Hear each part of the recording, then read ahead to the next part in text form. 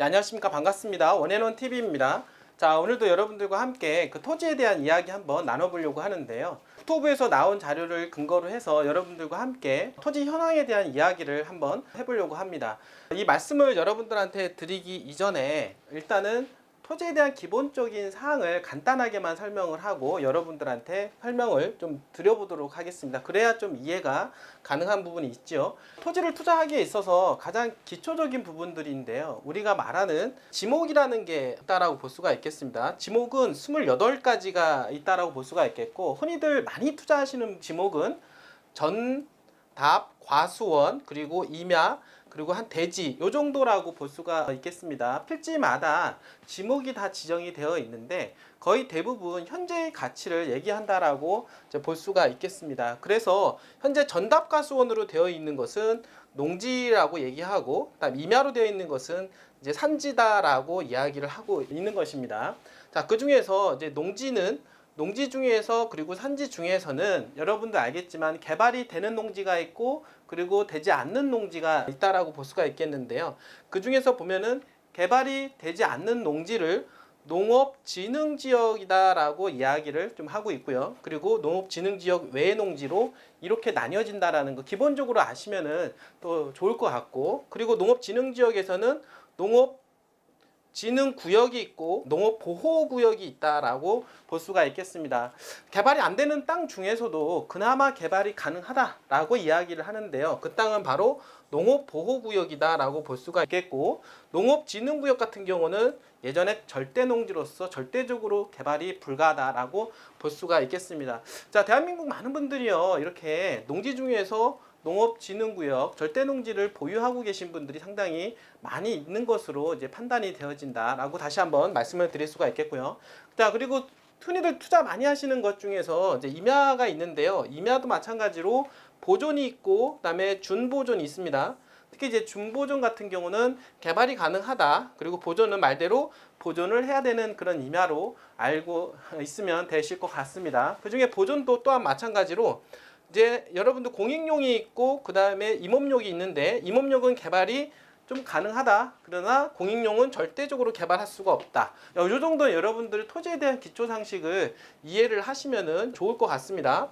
자, 그리고 또 여러분들한테 말씀을 좀 드리고 싶은 거는 용도에 대한 부분인데요. 자, 용도는 여러분들 알겠지만은 도시 지역에 있는 땅은 주거지역, 상업지역, 공업지역, 녹지지역 이렇게 나뉘어지고, 그다음 비도시 지역은 여러분들 알겠지만 관리지역, 농림지역, 자연환경보전지역으로 나뉘어진다라고 말씀을 드렸습니다. 자, 그래서 저희 회사 같은 경우는 여러분들한테 주거지역, 상업지역 이런 위주로 용도를 많이 추천을 해드리고 있는데요. 자, 농지라 하더라도 주거지역하고 상업지역인 경우에는 농지증 발급 의무사항이 필요 없다라고 말씀을 좀 드려보도록 하겠습니다. 도시인들이 투자하기에 접근성이 상당히 좋다라고 말씀을 드리면서, 최근에 농지법이 더욱더 강화가 되면서 투자 수요가 더욱더 많이 몰리고 있다라고 좀 말씀을 좀 드려보도록 하겠습니다. 자, 이런 식으로 여러분들이 기본적인 토지에 대한 상식을 이해하시고 오늘 강의 이어가 보도록 하겠습니다. 자, 오늘 내용은요, 여러분들. 자, 전체 가구 중 62% 토지 보유 중에 있다라고 이야기를 하고 있는데요. 그리고 개인은 36%가 보유하고 있다. 한번 이 기사를 통해서 우리가 현재 나의 위치는 어떤 위치이고, 그렇다라고 하면 나는 어떤 땅을 주로 투자를 해야 정말 대한민국에서 부자가 될 수 있을까라고 하는 의문점에 대해서 한번 같이 공유해 보도록 하겠습니다.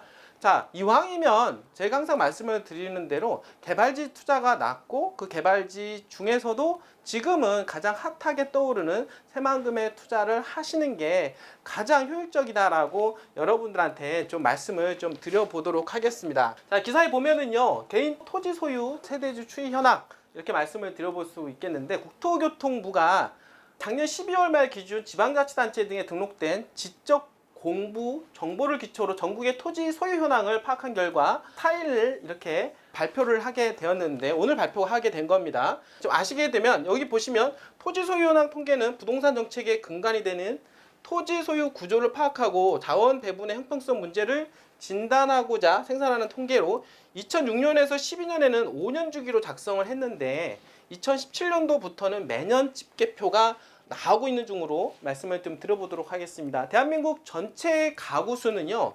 2347만 가구 중에서 61.7%에 해당하는 1449만 가구 토지를 보유하는 것으로 집계가 되었습니다.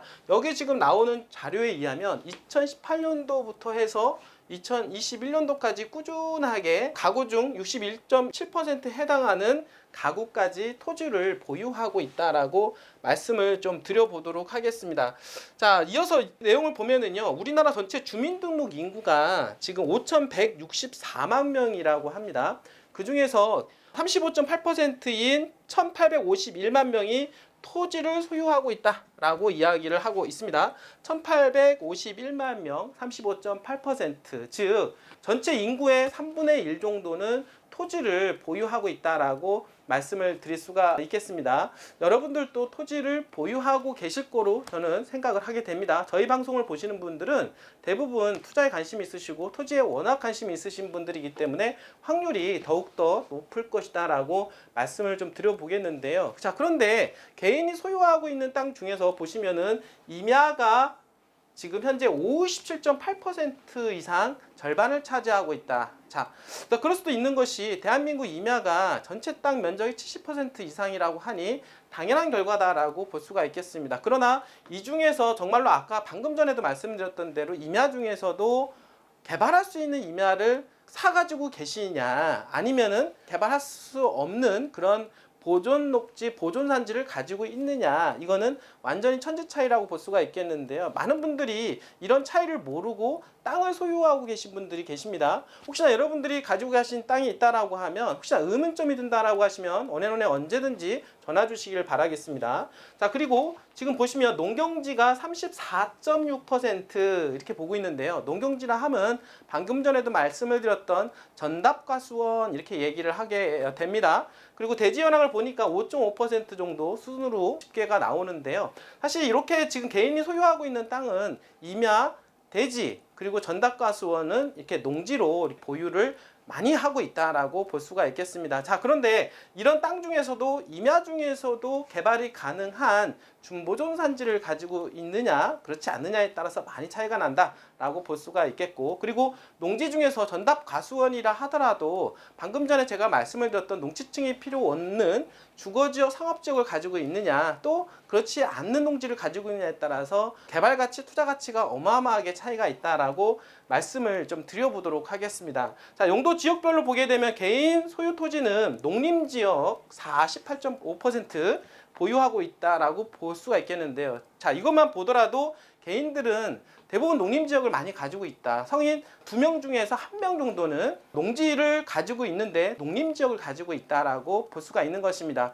제가 보기엔 투자 가치가 없는 땅을 보유하고 있으면서 가지고 있다. 그러니까 많은 분들이 땅에 묶이고 돈이 안 된다라고 하시는 말씀들이 바로 여기에 있다라고 볼 수가 있는 것입니다. 법인 소유 토지 중에는 농림 관리지역, 비도시지역입니다. 58.6% 절반 이상을 차지하고 있고, 비법인 소유 토지에서는 무려 90.3%가 녹지관리 농림지역, 비도시지역권에 있는 땅을 보유하고 있다라고 하는 통계 데이터가 나왔다라고 말씀을 좀 드려보도록 하겠습니다. 자, 대한민국 많은 분들이 땅을 소유하고 있습니다. 전체 인구의 3분의 1 정도는 땅을 가지고 있지만 과연 그 땅이 개발 가치가 있는 땅이냐, 여러분들 궁금해하시는 분이 있다라고 하면 언제든지 저희 원앤원에 전화를 주시길 바라겠습니다. 제가 말씀을 드렸던 대로 땅을 투자하는 거는 누구나 할 수 있지만은 정말로 좋은 위치에 좋은 가격에 투자하는 것은 아무나 할 수 있는 것이 아니다라고 볼 수가 있겠습니다.